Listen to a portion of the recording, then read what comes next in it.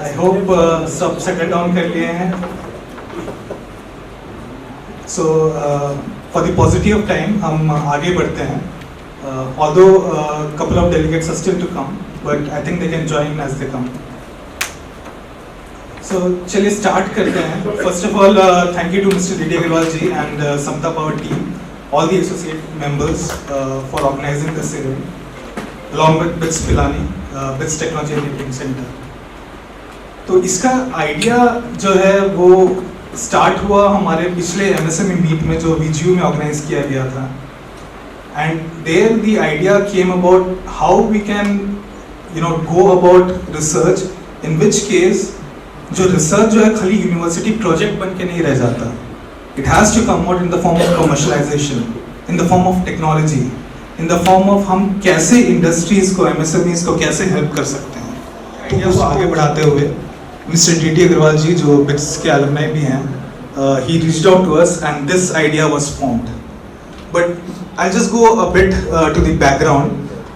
This year BITS Technology Enabling Center was formed with a generous support through DST. And इस तरीके के जो centres है वो all over India around 22 exist करते हैं. The whole mandate of BITS technology enabling centre is to create this ecosystem where no technology is lost. As such हम देखते आए हैं कि जिस तरह का PhD वर्क होता है, जिस तरह का यूनिवर्सिटी लेवल रिसर्च होता है, बट कहीं ना कहीं वो मैक्सिमम पेटेंट तक पहुंच के it dies off until unless there is some ground breaking revolutionary work. It doesn't hit the commercial market. So that is why this BITS Technology Enabling Center, or I should say government supported technology enabling centers were formed to support किस तरीके से हम technology को बाहर in the sense commercialize कर सकते हैं. In those terms as well, TECs also helps in, for example, there is some technology which are in low TRL levels, that is technology readiness levels. We support in that as well. Level 3, level 4, level 5 कैसे जाना है, level 8 कैसे जाना है, उसके बाद commercialise कैसे करनी है, कैसे हम इंडस्ट्री को सपोर्ट कर सकते हैं, फंडिंग कैसे होनी है. तो ये सब TEC का फॉर्मेशन हुआ. With that aspect BITS Tech is also doing the same, और उसी के संदर्भ में आज ये इवेंट ऑर्गेनाइज किया गया. And basically today we are going to hit on the clusters, that is power electronics, smart grids, solar tech as such. But the idea remains the same.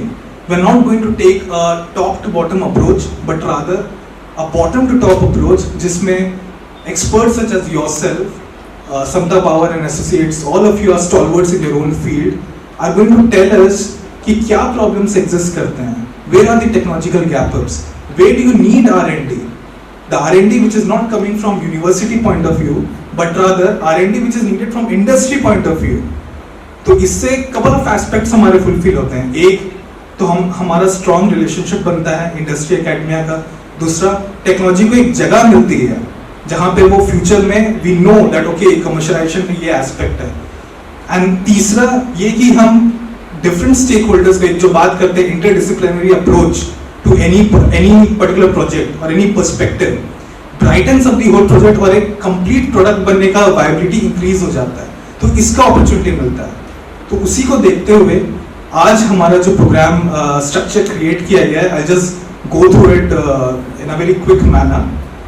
पहले जो होने वाला है that is the problem statement discussion, in which case experts from Samta Power and Associates will go one by one and go through each problem statement.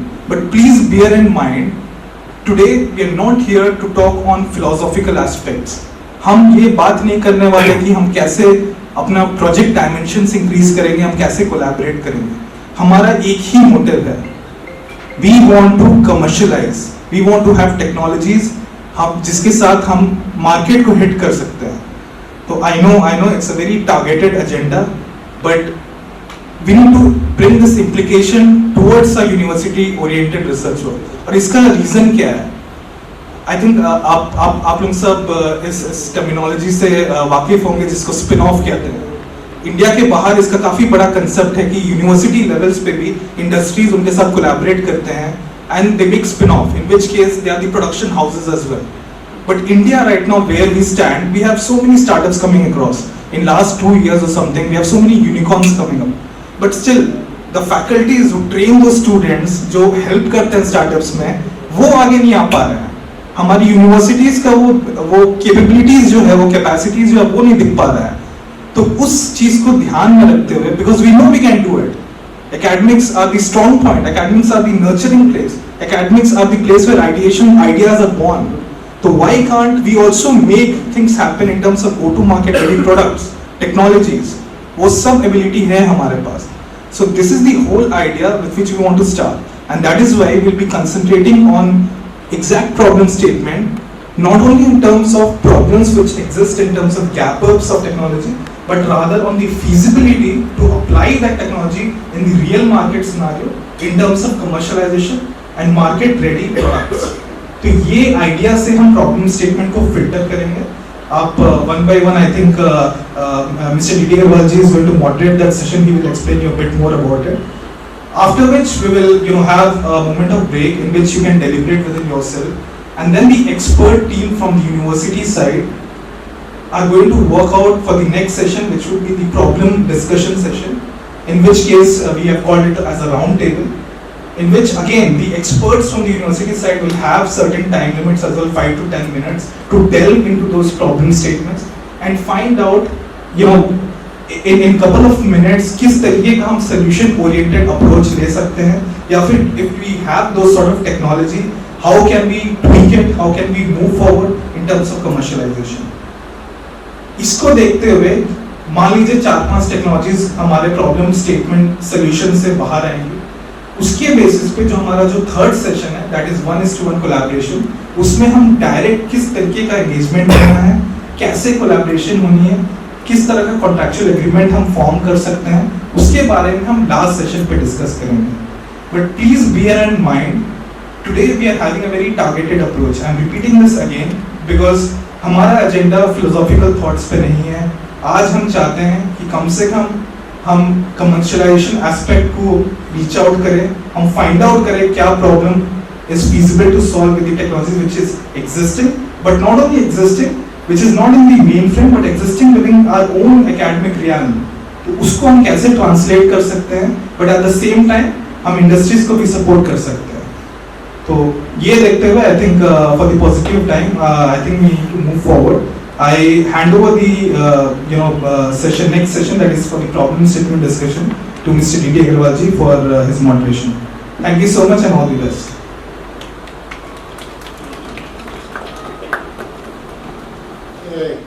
Good idea what we are going to do. We have to be very specific in the topic. That's what you insisted on. Now I will take 5 minutes to explain things on my behalf. On behalf of Samta Power, I'm D.D. Agarwal, director in the company. Thanks all of you from core of my heart and for attending or you're showing your presence in this important technical interaction between BITS Pilani and Samta Power. We are attending for the first time that the academia and the industry will part of the practical grassroots level where persons are meeting and they are trying to have the discussions what are the important issues which could be solved by the academia, which are very important. They know the solutions but they are not being practically used. So that is the idea behind all this thing, and that becomes a commercial proposal. That's very important.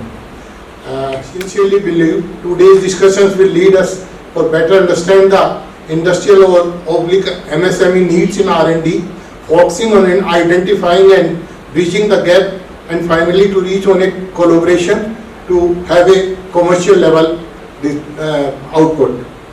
We had discussions with our members and other technology experts in last 15 days, 2-3 times, and few of their issues raised, intimated to BITS Pilani on 19th October, mainly regarding efficiency and maintenance requirement of inverter, R&D needed for proper trackers for house rooftops and C&I customers, off-grid solutions to systems for development of MSME in rural areas, development in technology for solar cells, modules, special coating on solar panels, glass and backside of the solar panel.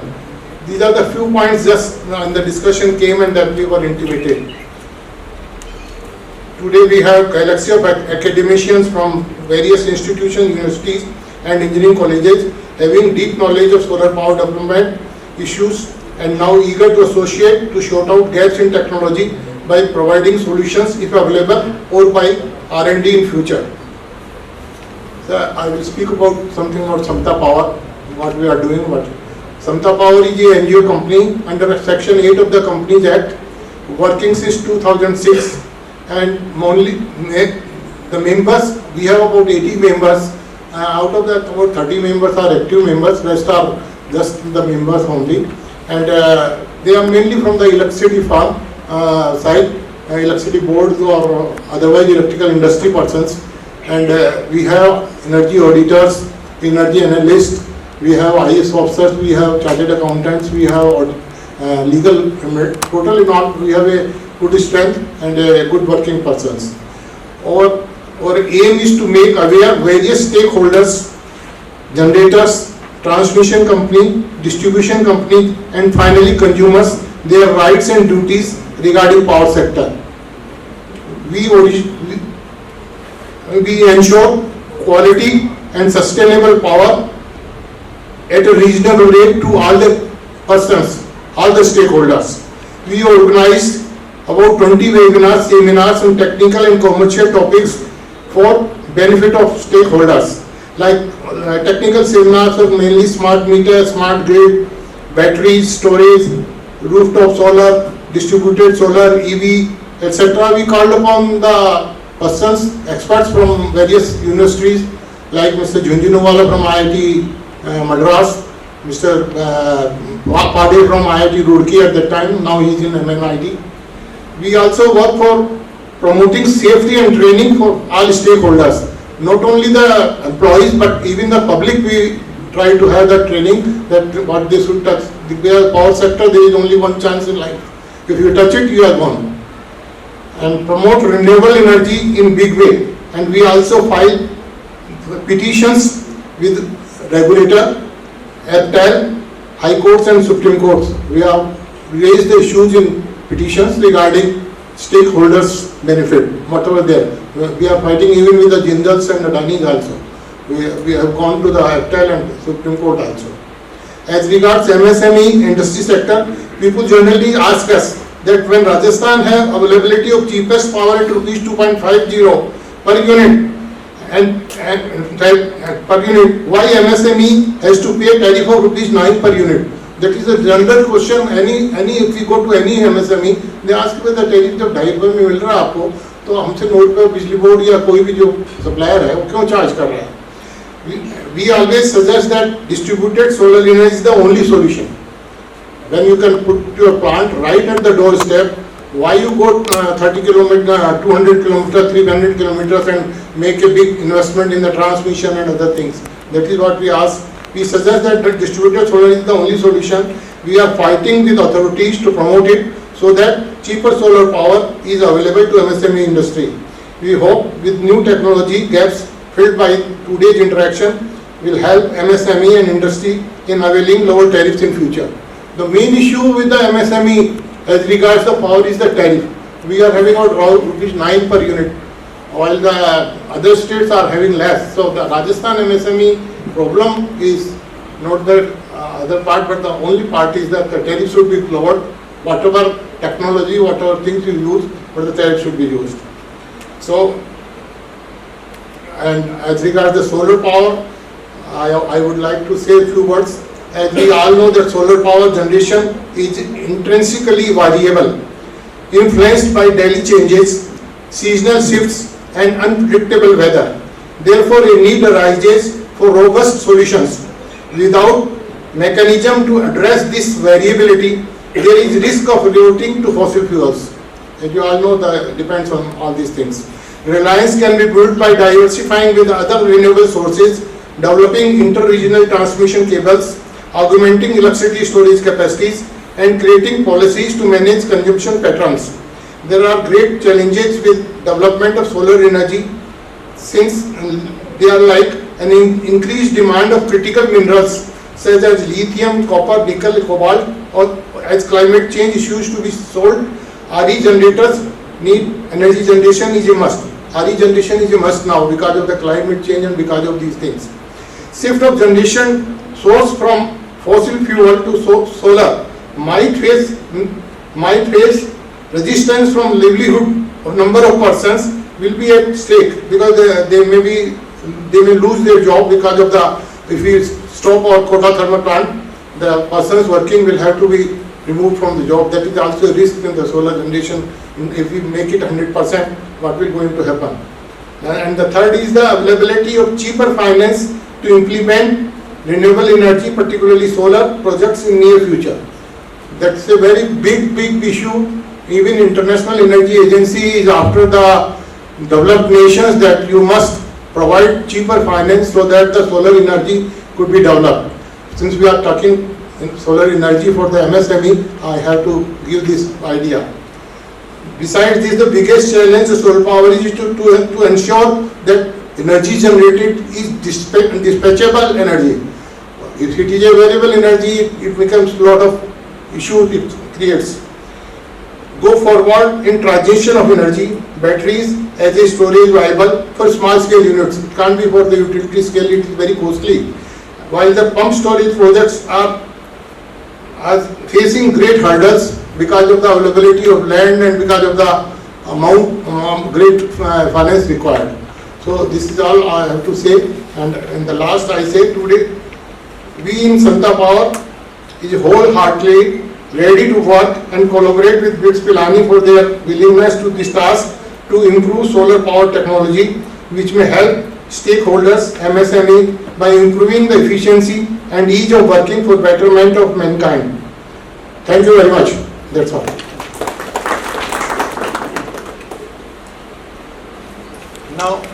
Now, since we have to pose the problems, what are the things we can take up, I would request first of all Sri Naveen Arora ji to start with, to give his views, what are the, because he is not only worked in the DISCOM as a managing director Jaipur Vidyut Vitran, besides this he is practically connected with all the industries, MSMEs for a long time.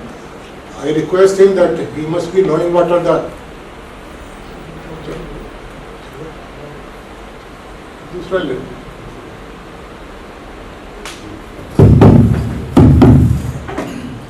Thank you Agarwal sahab and good morning to everybody.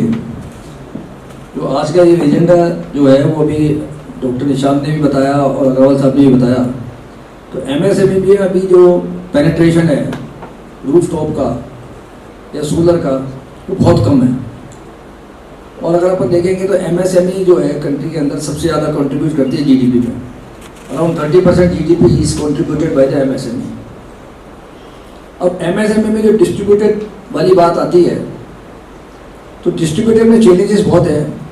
Utility scale में तो penetration बहुत ज़्यादा हो गया India के अंदर, लेकिन अगर हम जब देखें इसको डिस्ट्रीब्यूटेड में तो वो बहुत कम है। एवरेज जो आता है इंडिया का अभी डिस्ट्रीब्यूटेड का वो आ रहा है 18 से 20%, क्योंकि टोटल इंस्टॉल कैपेसिटी अभी जो सोलर की है वो 77 गीगावाट है आज की तारीख के अंदर। Out of 77 gigawatt there is only hardly 13 gigawatt is as a distributed renewable. तो ये अपने आप में ही फिगर दिखाता है कि डिस्ट्रीब्यूटेड वाला जो है वो क्यों इतना पीछे है और MSME वाला जो है वो लार्ज स्केल पे नहीं जा सकता। छोटी छोटी इंडस्ट्रीज हैं और उसमें भी जो मेजर कंट्रीब्यूशन जो है माइक्रो यूनिट्स का है, जो कि आपके घर पे बैठे हुए काम करते हैं जिनके छोटे हैं। तो यूटिलिटी स्केल वाले की तो आपकी इकोनॉमिक्स बैटरी है because of the large scale के मारे। सेकेंडली गवर्नमेंट की भी कई पॉलिसी है जो कि इंकरेज करती हैं, जैसे ट्रांसमिशन चार्जेज उनके वेव ऑफ हैं, तो कहीं भी जहाँ पर दूर दराज भी जहाँ पर क्या है सोलर एडिशंस बहुत अच्छे हैं जैसलमेर बाड़मेर वहाँ लगाते हैं और ट्रांसमिशन उनको चार्जेस नहीं देने पड़ते तो टैरिफ भी उनकी लो होती है। डिस्ट्रीब्यूटेड में वो चीज़ नहीं है, उसमें आपको लोड सेंटर पे लगाना पड़ता है। तो हम टेक्नोलॉजी चेंज करके क्या ऐसी चीज़ कर सकते हैं जो कि क्या है कि आपको जो उनका जो कॉस्ट है और how do we convince MSME to go for that. क्योंकि इसके अंदर एक रिसर्च पहले टीडी वालों ने भी की थी और उन्होंने कई 3 स्टेट में की थी, गुजरात में की थी, आंध्रा में की थी, कि जो छोटे लोग आ गए हैंडीक्राफ्ट वाले हैं, पॉट क्लेस बनाते हैं, क्या रीज़न है कि वो डीजल पे जा रहे हैं और अभी भी डीजल को नहीं छोड़ के वो उस पर नहीं आ पा रहे, जबकि उन जगह तो टैरिफ भी बहुत कम है। जबकि राजस्थान में अगर हम देखें तो कमर्शियल की टैरिफ ऑलमोस्ट हमारी 10 से ऊपर पड़ती है।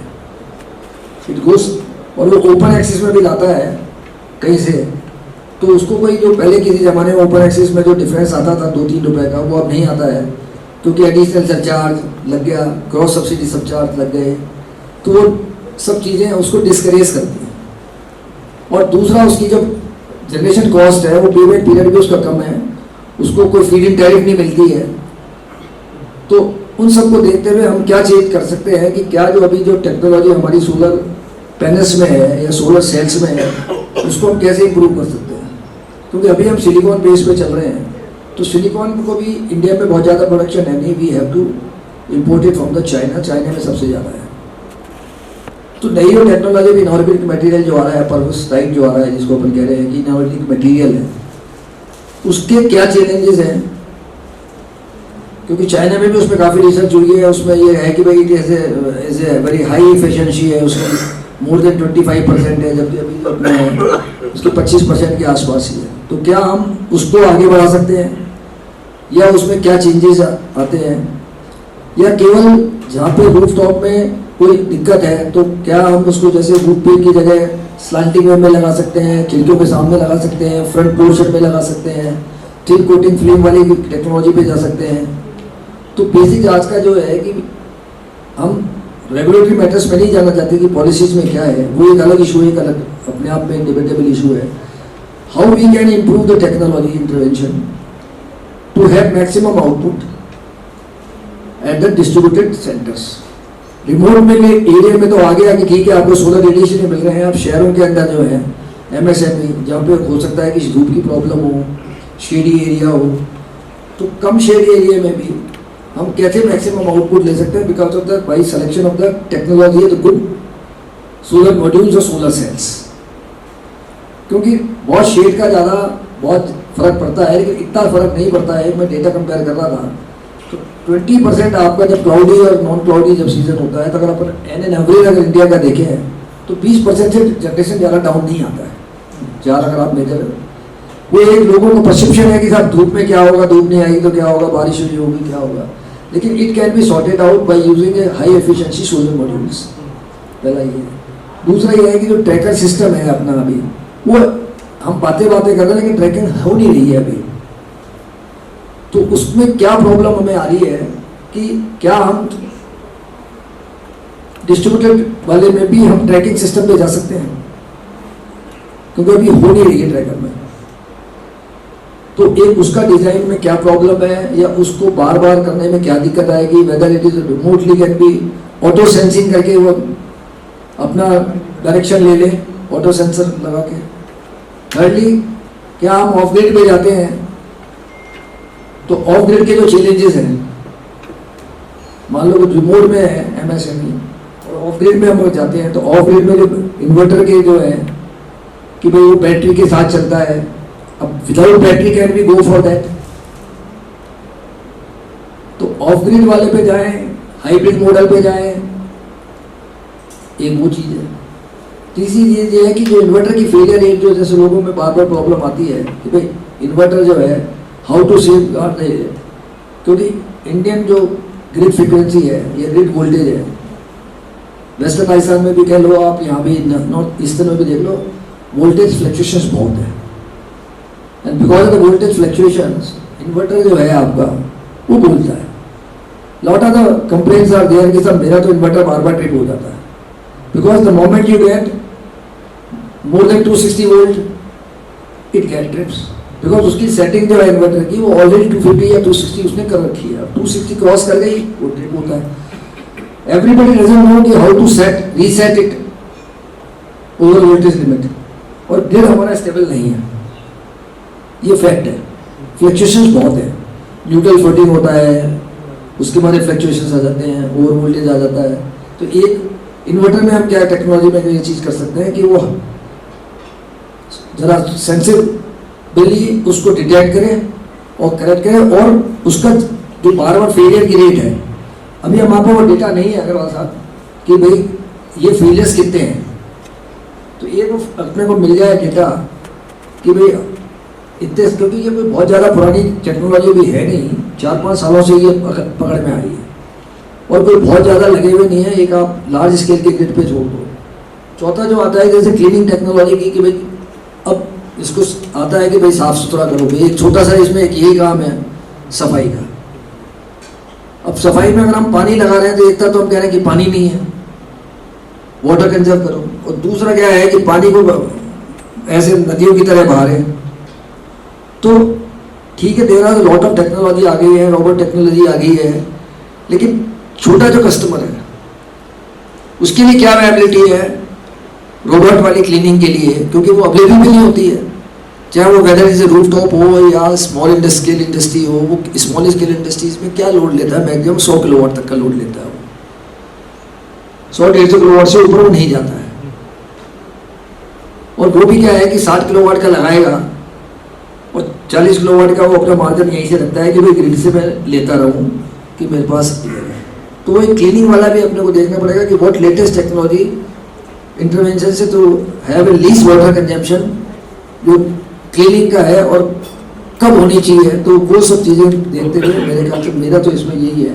बाकी और अभी आपके जैसे ग्रिड के जो इंटीग्रेशन के जो इश्यूज हैं, हमारे काले साहब यहाँ बैठे हैं, तो स्मार्ट ग्रिड का जो एंटीसिपेशन है, लोड फोरकास्टिंग है, वेदर फोरकास्टिंग है, उसको कैसे इंटीग्रेट करना है to have a sustainability in the grid security, तभी एनर्जी आपकी इंडिपेंडेंट हम बन सकते हैं, अदरवाइज नहीं बन सकते, जबकि इंटीग्रेशन भी हो, ये 2-3 इश्यूज भी हों। Thank you very much. Thank you, Naveen ji. You have touched on the important aspect of the solar thing. एक तो मेरा सबसे निवेदन है कि we have limited time and therefore I request all to be brief and specific because we will not be able to complete it within the time limit. Maybe we will be over another 15-20 minutes, but we should not go beyond 1:30 or so. So everyone should take only specific time. And now I request Gopal Somani ji. He is a man of determination, and he worked with the electricity board as chief engineer thermal. Then he worked with the Renewable Energy Corporation as director, and thereafter he is working with the solar plants installations of big 2 megawatt, 5 megawatt, 20 megawatt, and all this. And he keeps keen interest in subject. He knows the basic problem, basic issues which industry is facing. Now that MSME is also covered by the service industry. Therefore, whether the malls or whether the shops or whatever it is also covered. So I request Gopal Somani ji to, but kindly be brief and specific. Thank you. Friends, time कितना है? 10 minute है, 5 minute है, तो मैं उसमें limit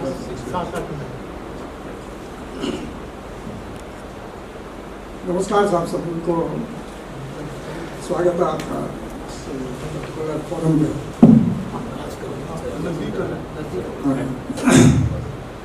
मैं आज मैं उसको जा सकता हूँ क्या? बहुत बहुत धन्यवाद करता हूँ, आभार व्यक्त करता हूँ कि एक बहुत बड़ी रिक्वायरमेंट जो इंडस्ट्रीज और एकेडमिक इंस्टीट्यूशंस का जो कोऑपरेशन, कोलैबोरेशन, सपोर्ट जो इस पर्टिकुलर डेवलपमेंट के लिए ज़रूरी था, इन्होंने पिछले करीब साल भर से काफ़ी प्रयत्न करके ये संभावित जो भी अपॉर्चुनिटीज़ और जो भी पॉसिबिलिटीज़ है उसको ये एक्सप्लोर कर रहे हैं। मैंने अभी पिछले 1 महीने में 3-4 सेमिनार अटेंड की। चेतन सोलंकी जी इधर आए थे इसी इंस्टीट्यूट में, उन्होंने अपने विचार और जो भी आगे फ्यूचर जो हम लोगों के स्वास्थ्य का और हमारे पर्यावरण का जो बिगड़ता हुआ माहौल है उसके ऊपर जो जागृत किया स्टूडेंट्स को, वो वाकई जो है इनका प्रयत्न सराहनीय है। मैं इनको साधुवाद देता हूँ। इसके बाद मैं परिष्कर यूनिवर्सिटी में गया, वहाँ पे भी इसी तरह का एक स्किल डेवलपमेंट का प्रोग्राम ग्रीन जॉब्स ये करके एक सेमिनार हुई, उसमें भी बड़ा अच्छा लगता है, मैंने उसको अच्छी तरह से सुना। तो बेसिक बात यह है कि अभी ये जो फोरम एक बनाया गया है, ये MSME को डेवलपमेंट के लिए, अपॉर्चुनिटीज के लिए, एक्सप्लोरेशन के लिए बनाया है।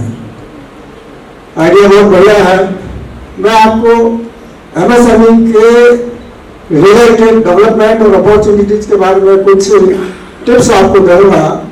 आप अगर उस डायरेक्शन में थोड़ा सा अपना प्रयास करके आगे बढ़ेंगे तो डेफिनेटली MSME के लिए जो अपॉर्चुनिटीज है उसका बहुत विस्तार होगा, डेवलपमेंट होगा और इंडस्ट्री में बहुत बूस्ट मिलेगा। देखिए, ऐसा है कि जब सोलर का डेवलपमेंट हुआ तो मेरे ख्याल से मैं सोलर, इंडिया में सोलर जब जागृत हुआ, मैं फर्स्ट प्रोफेशनल था जिसने कि सोलर पे अपना RRSCL की तरफ से जो है काम करना चालू किया। और उस समय हार्डली कोई 30-40 किलोवाट या 50 किलोवाट के सिस्टम होंगे, वो भी mostly research and development purpose से थे। तो जब first policy Rajasthan renewable energy corporation ने बनाई और गवर्नमेंट ऑफ इंडिया ने भी उसी तरह से पॉलिसी बनाई, तो एक लिमिट कर दी थी कि हम 5 मेगावाट से किसी प्लांट को ज़्यादा बड़ा नहीं बनाएंगे, और वो 5 मेगावाट भी ग्रिड की एक्सेसिबिलिटी में रहेगा, सो दैट ग्रिड में वो पावर आराम से इंजेक्ट हो सके। तो फर्स्ट जो अमरानी की तरफ से एल्यूमिनियम का क्रिएशन किया, और एल्यूमिनियम ने 2 सेट में 150 किलोवाट के 33 प्लांट का 2 बार विस्तारण किया, और वो डेवलपमेंट जो हुआ है वो 100% एग्जीक्यूट हुआ, और उसमें मेरे ख्याल से काफ़ी सारी MSME और स्मॉल इंडस्ट्रीज को काफ़ी उसको प्रोत्साहन मिला। और साथ के साथ ये जो डेवलपमेंट हुआ उसमें स्किल डेवलपमेंट, इंडस्ट्रीज के लिए जो लैंडर्स का जो अट्रैक्शन है उसमें काफ़ी मदद मिली, उसमें काफ़ी सहयोग मिला, और साथ के साथ जो डेवलपमेंट के साथ स्किल का डेवलपमेंट और एरिया का डेवलपमेंट है उसमें काफ़ी योगदान रहा। अब उस पर्टिकुलर मॉडल पे आज की तारीख में सोलर का काम नहीं रहा है। पिछले 4 साल में, 5 साल में जितने भी प्लांट्स जा रहे हैं वो मेगा स्केल पे जा रहे हैं, और ये जो MSME का जो पार्टिसिपेशन है वो करीब ब्लॉक हो गया है। तो अब क्या कि मेगा स्केल के जो प्लांट है उन्होंने अपना रास्ता पकड़ लिया, उनके साथ जो भी डेवलपर्स हैं, जो भी इन्वेस्टर्स हैं, फंडिंग के जो इंस्टीट्यूशन है वो उनको अपने आप पुश करेगी, उसका कोई किसी को उसमें करने की जरूरत नहीं है। परंतु जो डेडलाइन जो है MSME के लिए क्रिएट करके छोटे प्लांट्स का जो है वो लिमिट कर दिया है या बंद कर दिया है, इसको वापस उजागर करना है। आज इंस्टीट्यूशन और इंडस्ट्री साथ में आई है, परंतु इसमें जो कमी है वो ये है कि सरकार इसमें जो है भागीदार नहीं है। अगर सरकार को इसके साथ भागीदार कर रहे हैं तो प्रॉब्ली ये 3 संस्थाएं मिलके और जो भी MSME का डेवलपमेंट है, और जो इनिशियली हम एक डेवलपिंग कंट्रीज हैं, हमारे लिमिटेड साधन हैं, परंतु स्किल डेवलपमेंट के लिए काफ़ी अपॉर्चुनिटीज हैं। तो लिमिटेड साधन में अगर हम छोटे तरीके से आगे बढ़ के और उसको विस्तार करेंगे, एस्केलेट करेंगे, तो डेफिनेटली उसमें अपने को सक्सेस मिलेगी और एम्प्लॉयमेंट जनरेट होगा, अपॉर्चुनिटीज मिलेगी, स्किल डेवलपमेंट होगा और अर्थव्यवस्था में सुधार आएगा। मैं एक छोटा सा एग्जाम्पल देके उसके बाद अपनी वार्ता खत्म करता हूँ। मैं आप ये देखिए कि राजस्थान में करीब 5000 33 kV के सबस्टेशंस हैं, और हर एक 33 के सबस्टेशंस पे 5-6 11 kV के फीडर्स जा रहे हैं, और करीब रूरल एरिया में अगर आप जाएंगे तो टेल एंड में है।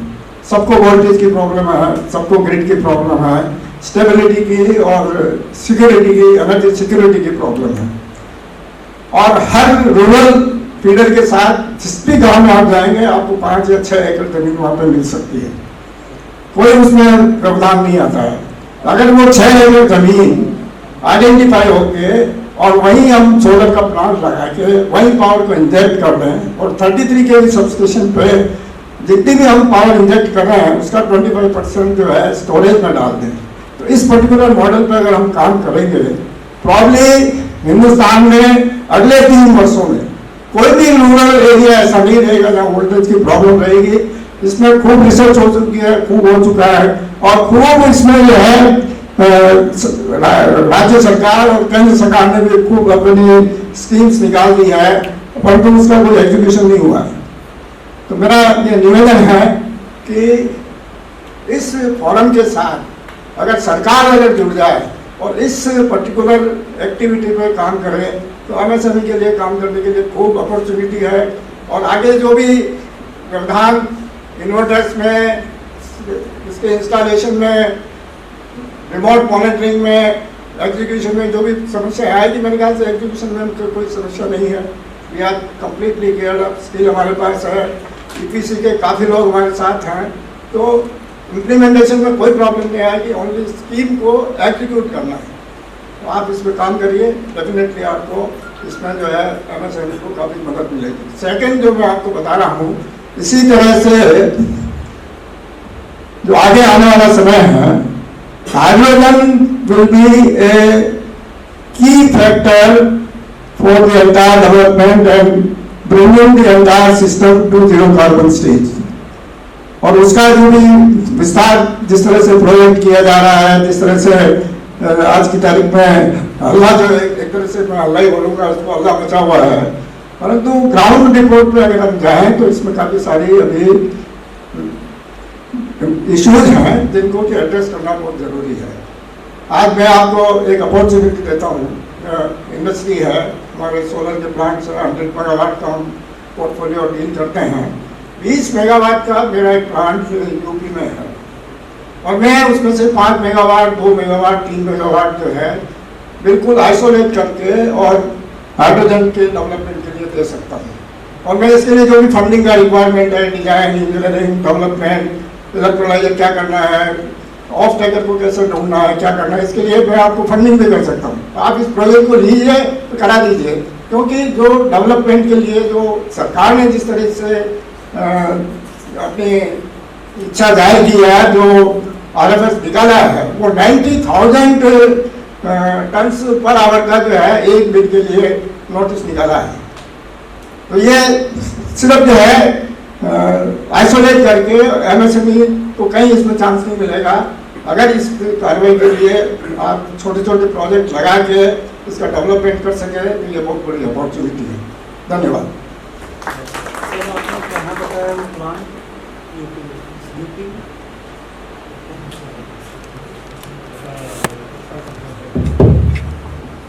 धन्यवाद सोहानी साहब, आपने अपने एक्सपीरियंस में एमएसएमई कैसे डेवलप होगी और उसमें क्या डिस्ट्रीब्यूटेड सोलर एनर्जी के जो प्रोजेक्ट्स हैं उनमें क्या टेक्निक लगाई जाए जिससे कॉस्ट कम हो, बताया। मैं धन्यवाद बहुत बहुत। और अब मैं आपको राजेश गोयल साहब हैं पावर इलेक्ट्रॉनिक्स के। राजेश गोयल साहब, please go ahead. He is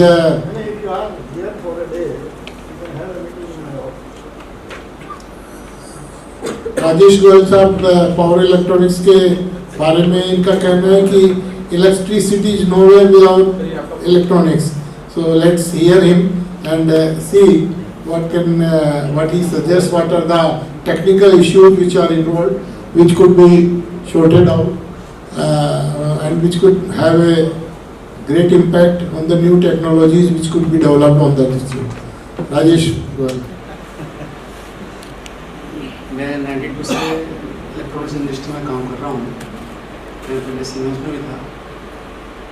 मेरा कोर सब्जेक्ट पावर इलेक्ट्रॉनिक्स ही है। मेरा कोर सब्जेक्ट पावर इलेक्ट्रॉनिक्स ही रहा है।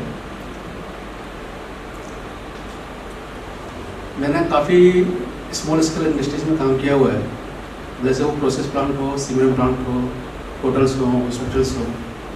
मोर एंड लेस सब जगह पावर इलेक्ट्रॉनिक्स एक ही जगह हो, फंडामेंटल सबका एक ही है। इलेक्ट्रॉनिक्स की इंजीनियरिंग करके बड़ा खुश हो रहा था कि हिंदुस्तान में बहुत काम निकलेगा, और बड़ा सरप्राइज कि 30 सालों में हार्डवेयर इंडस्ट्री में कुछ भी काम नहीं हुआ। और मेरे साथ के सारे फ्रेंड्स सॉफ्टवेयर में कन्वर्ट होकर यूएस ट्रांसफर हो गए। और मैं लगा हूँ कंपनी से इस फील्ड के अंदर। मैंने MSME में जो प्रॉब्लम्स नोट करी है वो ये देखी है कि वैसे वो 100 करोड़ की फैक्ट्री है, परंतु वहाँ पर एक इलेक्ट्रिशियन भी आपको ट्रेन नहीं मिलेगा, और वो पे भी नहीं करना चाहते। आजकल जितने भी इंजीनियरिंग कॉलेज के स्टूडेंट्स निकल रहे हैं, वो सब निकलने के बाद या तो एब्रॉड चले जाएंगे या फाइनेंस डिपार्टमेंट शिफ्ट हो जाते हैं। कोई इनको कोर सब्जेक्ट में इंटरेस्ट नहीं है, भले से वो मैकेनिकल हो, इलेक्ट्रिकल हो, इलेक्ट्रॉनिक्स हो, सिविल हो। MSME इंडस्ट्री कोई भी R&D नहीं करना चाहता, वो शॉर्टकट फिलोसफी को अडोप्ट करना चाहता है। उसका सॉल्यूशन क्या है? सबसे बढ़िया सॉल्यूशन इंजीनियरिंग कॉलेज का ही है, और सबसे बड़ा जो रोल आता है वो इंजीनियरिंग कॉलेज का ही आता है। पर हमारे इंजीनियरिंग कॉलेज में अभी भी वही बुक्स पढ़ाई जा रही हैं जो 50 साल पहले पढ़ाई जाती थी, कोई इस पर चेंजेस नहीं हुए, वही फंडामेंटल चल रहा है। अब जब बच्चा वो इंजीनियरिंग करके बाहर निकलता है तो उसको समझ में नहीं आता कि जो पढ़ा था मैंने वो जो फील्ड में हो रहा है उसमें बहुत बड़ा डिफरेंस है। अब उसको जब तक सीखते सीखते निकलता है, वो 20 साल हो चुके होते हैं, 20 साल बाद तो टेक्नोलॉजी एकदम चेंज हो चुकी होती है। टेक्नोलॉजी इतनी तेजी से चेंज हो रही है 5 सालों के अंदर कि आदमी समझ नहीं पा रहा है कि मैं किस फील्ड में काम करूँ, बोले वो सॉफ्टवेयर हो या हार्डवेयर हो। तो आई थिंक मेरी जो सोच है वो सोच ये है कि अब हमको R&D पर ज़्यादा फोकस नहीं करना, हमको PhD लोगों से नहीं करानी, हमको थोड़ी इस पर रिवर्स इंजीनियरिंग पर काम करना पड़ेगा, जैसे US कर रहा है, ये चाइना कर रहा है। चाइना कुछ नहीं कर रहा, अपनी इंजीनियरिंग कुछ नहीं लगा रहा। मैं कई सारे ड्राइव्स लेता हूँ वहाँ से, एक्टिव हार्मोनिक फिल्टर्स लेता हूँ, वो उन लोगों को बहुत ज़्यादा नॉलेज नहीं है, वो रिवर्स इंजीनियरिंग करते हैं। वो किसी भी कंट्री का एक प्रोडक्ट पकड़ते हैं, उसकी रिवर्स इंजीनियरिंग करते हैं, उसको डेवलप करते हैं, और डेवलप करके उसको मास स्केल पे उसको बना के उसको फीड कर देते हैं सिस्टम के अंदर। तो हमको हमारे इंजीनियरिंग कॉलेज के स्टूडेंट्स को एक तो ये बताना पड़ेगा कि कोर इंजीनियरिंग में भी पैसा है। ऐसा ही नहीं है कि फाइनेंस में भी पैसा है या किसी प्रोडक्शन में पैसा है, इंजीनियरिंग में बहुत पैसा है, और इंजीनियरिंग बहुत अच्छा सब्जेक्ट भी है। इलेक्ट्रॉनिक्स के अंदर, स्पेशली पावर इलेक्ट्रॉनिक्स के अंदर जो मैंने महसूस करी, अभी कहीं भी हमारे यहाँ खाली हम सब कुछ अवेलेबल है, IGBT अवेलेबल है, SCR है, थारिस्टर है, पर कहीं भी हमारे यहाँ डेवलपमेंट्स नहीं हो रहा। हम कहीं किसी भी कार्ड्स को डेवलप नहीं कर पा रहे। हमारे यहाँ कोर इंजीनियरिंग नहीं है, मतलब कहने का मतलब ये है कि हम ना तो फिल्टर डिजाइन कर पा रहे हैं, ना पावर इलेक्ट्रॉनिक्स में कुछ काम कर पा रहे हैं। तो वो क्यों नहीं कर पा रहे काम? क्यों इसलिए नहीं कर पा रहे? क्योंकि उनके पास सराउंडिंग एटमॉस्फेयर नहीं है। सपोज करो मेरे पास देखो कि आज मैं 30 साल बाद भी एक पावर एनालाइजर आज खरीद पाया हूँ, क्योंकि उतना महंगा है।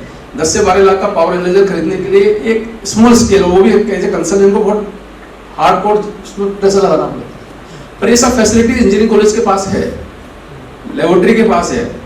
तो मैं लेबोरेटरी से, इंजीनियरिंग कॉलेज से एक रिक्वेस्ट करना चाहता हूँ कि एक आम आदमी को भी ये फैसिलिटी दे कि वहाँ पे कैपेबिलिटी है, कैलिबर है, परंतु वो कैपेबिलिटी को भी उसको वो यूज़ कर सके। ऐसा नहीं है कि खाली इंजीनियरिंग कॉलेज का स्टूडेंट इसको यूज़ कर सके, क्योंकि इंजीनियरिंग कॉलेज के स्टूडेंट को कुछ पता ही नहीं है, और जो प्रोफेसर लगा हुआ है उसको भी एकेडमिक नॉलेज, उसको भी वो भी फील्ड में नहीं जा रहा। तो फील्ड में क्या क्या चैलेंज आ रहे हैं, मैं सोचता हूँ यहाँ जितने भी इंजीनियर बैठे हैं, किसी ने भी फील्ड में जाके हाथ से काम कभी नहीं किया हुआ। और हाथ से काम करने का मतलब ये है, कभी ट्रांसपोर्ट खोल के नहीं देखा होगा उन्होंने, कभी मोटर खोल के नहीं देखी होगी, कभी किसी कार की रिपेयरिंग नहीं करी होगी किसी ने, कभी बेरिंग चीज नहीं करी होगी। तो जो चैलेंजेस फील्ड में आते हैं ना, वो उसी को पता है जो काम कर रहा होता है। तो उसके सॉल्यूशन क्या है? उसका सॉल्यूशन यहाँ बैठ के बात करने से नहीं होगा। सॉल्यूशन ये है कि हमारे जो इंजीनियरिंग कॉलेज के स्टूडेंट्स हैं, वो इंजीनियरिंग कॉलेज नहीं, मैं तो 9-10 से ही लड़कों को फील्ड में भेजना जरूरी है। जब तक बच्चे फील्ड में नहीं जाएंगे और काम नहीं करेंगे 2-3 साल बाद, उसको फील नहीं आएगा। फील नहीं आएगा तो उसको इंटरेस्ट नहीं आएगा, इंटरेस्ट नहीं आएगा तो वो काम नहीं करेगा। ठीक है ना? तो सब कुछ फाइनेंस पे जाके नहीं टिकना चाहिए हमको इंटरेस्ट आएगा तो ही हम काम करेंगे। मेरे फादर सिंस क्योंकि RSCB से रिटायर्ड हुए हैं, और जब मैं छोटा था तो मुझे थर्मल पावर प्लांट ले जाते थे, एटॉमिक पावर प्लांट ले जाते थे। तो मैं छोटा सा था, मुझे इंटरेस्ट आता था, टर्बाइंस को देखता था मैं, मोटर्स को देखता था, कंट्रोल पैनल्स को देखता था, तो एक इंटरेस्ट क्रिएट होता था। जैसे इंटरेस्ट क्रिएट होगा मेरे अंदर काम करने का इंटरेस्ट क्रिएट होता है कि मुझे भी काम करना है। आजकल के बच्चों में है ही नहीं, इंजीनियरिंग करके निकल के आ गए, डिग्री लेके आ गए, उनको कुछ बेसिक इलेक्ट्रिकल पूछो कुछ नहीं पता उनको, 3 फेज क्या होता है ये नहीं पता, सिंगल फेज क्या होता है उनको ये नहीं पता, फिर कोई कैसे काम करती है नहीं पता उनको। तो जब तक इंटरेस्ट क्रिएट नहीं होगा हम काम नहीं कर सकते। तो मैं आपसे ये बात करना चाह रहा हूँ सर कि बिट्स को आपको ये करना चाहिए कि आपका जो भी पावर इलेक्ट्रॉनिक्स है, जिसमें हम स्पेशली एचएफ डिजाइन करते हैं, क्योंकि इंडस्ट्री में क्या डिजाइन हो गया, इंडस्ट्री में अगर इलेक्ट्रॉनिक्स की बात करें तो मोस्टली एसी ड्राइव यूज होगा, हीटिंग कंट्रोल के लिए पीआईडी यूज होगा, या अभी जो एक्टिव हार्मोनिक फिल्टर्स हमारे यूज हो रहे हैं वो यूज हो रहे हैं। अमूमन हमारा जो कि पूरा लोड है इंडस्ट्री का 40% मोटर पे काम कर रहा है, 40% की जो मोटर्स हैं उसमें भी 50% सब ड्राइव पे कन्वर्ट हो चुकी हैं। भले से ब्लोअर एप्लीकेशन हो या फैन एप्लीकेशन हो, कोई भी एप्लीकेशन हो, सब पे एसी ड्राइव लग रही है। और जितने भी हम ड्राइव्स वगैरह ले रहे हैं सब हम इम्पोर्ट कर रहे हैं, सब सीमेंस से या स्नाइडर से इम्पोर्ट कर रहे हैं। तो उसके लिए हमको खुद को पहले अपने सब्जेक्ट को उसको डिजाइन करना है, उसको इम्प्लीमेंट करना है, प्रोटोटाइप बनाना है। अब प्रोटोटाइप बनाने में टाइम लगेगा, तो हमको रिवर्स इंजीनियरिंग करके उसको पहले डेवलप करना है और फील्ड में उसको उतारना है, जिससे कॉस्ट कम आए। क्योंकि कोई भी हम ड्राइव लेते हैं, अगर 100 HP की ड्राइव लेते हैं तो 3 से 4 लाख रुपए की आती है कम से कम। तो यदि हम इसको इनहाउस बना लेते हैं तो उसकी कॉस्ट कम से कम 1/3 हो जाएगी। तो उसकी इंजीनियरिंग अभी हमारे यहाँ कहीं नहीं हो रही, ठीक है ना। तो उसको अगर हम करके और मैन्युफैक्चरिंग में डाल सकें तो हम बहुत अच्छे से अपने सब्जेक्ट को काम कर सकते हैं। तो और एक मेरा सबसे इम्पोर्टेंट रोल ये भी है कि हमारे जो इंजीनियरिंग कॉलेज के स्टूडेंट निकलते हैं उनको हाथ से काम करना भी आना चाहिए। क्योंकि एमएसएमई में जब काम करता है तो उसको ये नहीं पता कि अर्थिंग सब कुछ अवेलेबल है बाजार में, पर उसको यूज कैसे करना है, उसको टर्मिनेशन कैसे करना है, उसकी लगिंग कैसे करनी है, उसको स्टोरेशन कैसे करना है, उसकी कमीशनिंग कैसे करनी है। तो हमारे यहाँ सबसे बड़ा इंपॉर्टेंट टॉपिक यह है कि एमएसएमई बहुत अच्छे से प्रोडक्ट खरीद के तो ले आता है, तो जब कमीशनिंग की बात आती है तो वो कमीशनिंग में क्योंकि वो उससे होती नहीं प्रॉपर्ली और वो सिस्टम फेल हो जाता है पूरा। तो मेरा बस इसमें यही आपसे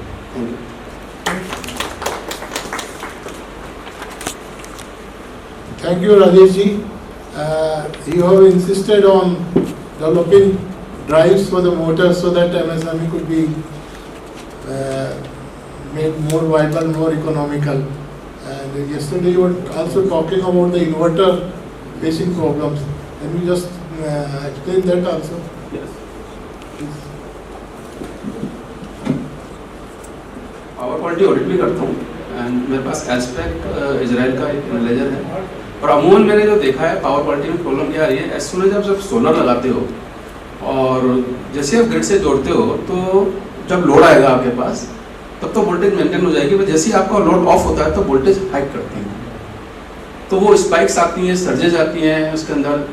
अच्छा, अपार्ट फ्रॉम दिस क्या है कि आप जब सोलर लगाते हो तो वो उसकी जो आउटपुट वेवफॉर्म होती है वो नॉन लीनियर टाइप की होती है। तो जो नॉन लीनियर टाइप की जो वेवफॉर्म्स होगी तो उसमें बहुत सारे हार्मोनिक कंटेंट होंगे, और हार्मोनिक कंटेंट जब आपकी फंडामेंटल वोल्टेज या करंट से जब एडजॉइनिंग होते हैं तो यदि अगर वो 50% से ज़्यादा है तो फंडामेंटल को भी डिस्टर्ब कर देते हैं, और उस डिस्टर्बेंस की वजह से क्या होगा कि सिस्टम पोल्यूटेड होने लगेगा आपका। और सिस्टम पोल्यूटेड होगा तो क्या होगा, जो लोड साइड पे आपका जो लोड लगा हुआ है वो प्योर चूंकि इलेक्ट्रॉनिक्स लोड है वो आपका बर्नआउट होने लगेगा।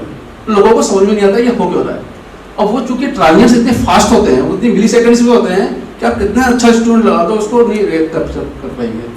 तो उसके लिए अगेन हमको पावर इलेक्ट्रॉनिक्स पे फोकस करना पड़ेगा कि पावर इलेक्ट्रॉनिक्स का जो हमारा आउटपुट सर्किट है वो फिल्टर सर्किट हो, वो प्योर साइनोसॉइडल वेवफॉर्म हो या नियर टू साइनोसॉइडल वेवफॉर्म हो, और उसमें हमारे जो नॉन फंडामेंटल कंपोनेंट्स हैं, मतलब से वो करंट साइड हो या वोल्टेज साइड हो, वो मिनिमाइज हो, वो 10% से ज्यादा नहीं हो। टीएचडी लेवल हमारा 2 से 3% से ज्यादा नहीं होना चाहिए, और टीएचडी करंट लेवल हमारा 10% से ज्यादा नहीं होना चाहिए। और ये IEEE 509 की गाइडलाइन भी बोलती है, परंतु इसको हम मीट आउट नहीं कर पाते वहाँ पे, तो इस चीज़ का भी थोड़ा हमको ध्यान रखना चाहिए।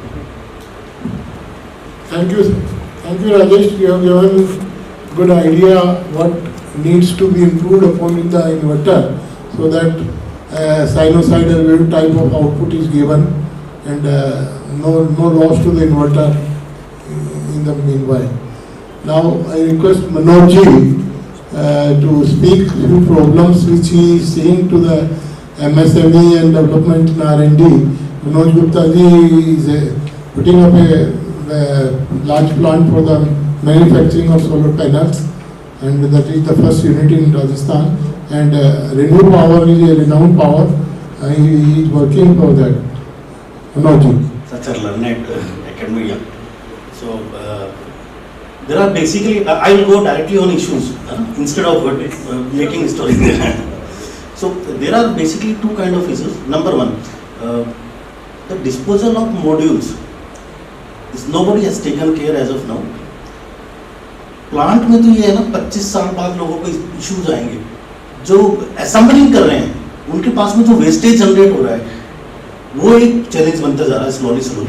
सो अभी तो मतलब बहुत कम इंडस्ट्रीज काम कर रही है असेंबली में, but slowly it's increasing in India very large, very fast. So this industry of R&D teams, they supposed to start working on that, how to dispose this wastage.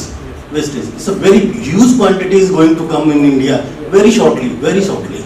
So this is a big challenge for each and everyone. Project people, they will realize after 25 years कि हाँ मेरा project अब हो गया, tenure complete हो गया, but this इनके लिए बहुत बड़ा challenge है.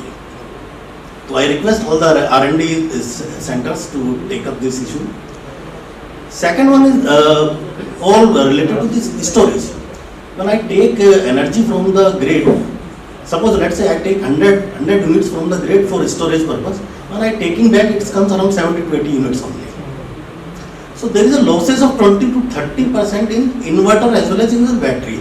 So there is a big requirement, huge requirement in R&D. How to reduce this loss? So most of the people अरे यार इन्वर्टर में इतना लग जाता है, 100 यूनिट की जाती है, लेकिन वापस लेते हैं तो 2 घंटे चलता है, 4 घंटे चलते हैं, पंखा सब, मतलब दिस इज रियली है. अगर और आने वाले टाइम में storage is going to be the help of जितना भी है, आपको रिन्यूएबल से स्टोरेज को कन्वर्ट करना है, देन स्टोरेज से बैक लेना है. अगर उसका ट्रांसफॉर्मेशन ही आपका अगर 30% लॉस हो रहा है तो nobody will adopt this systems. So these are the two main highlighted things.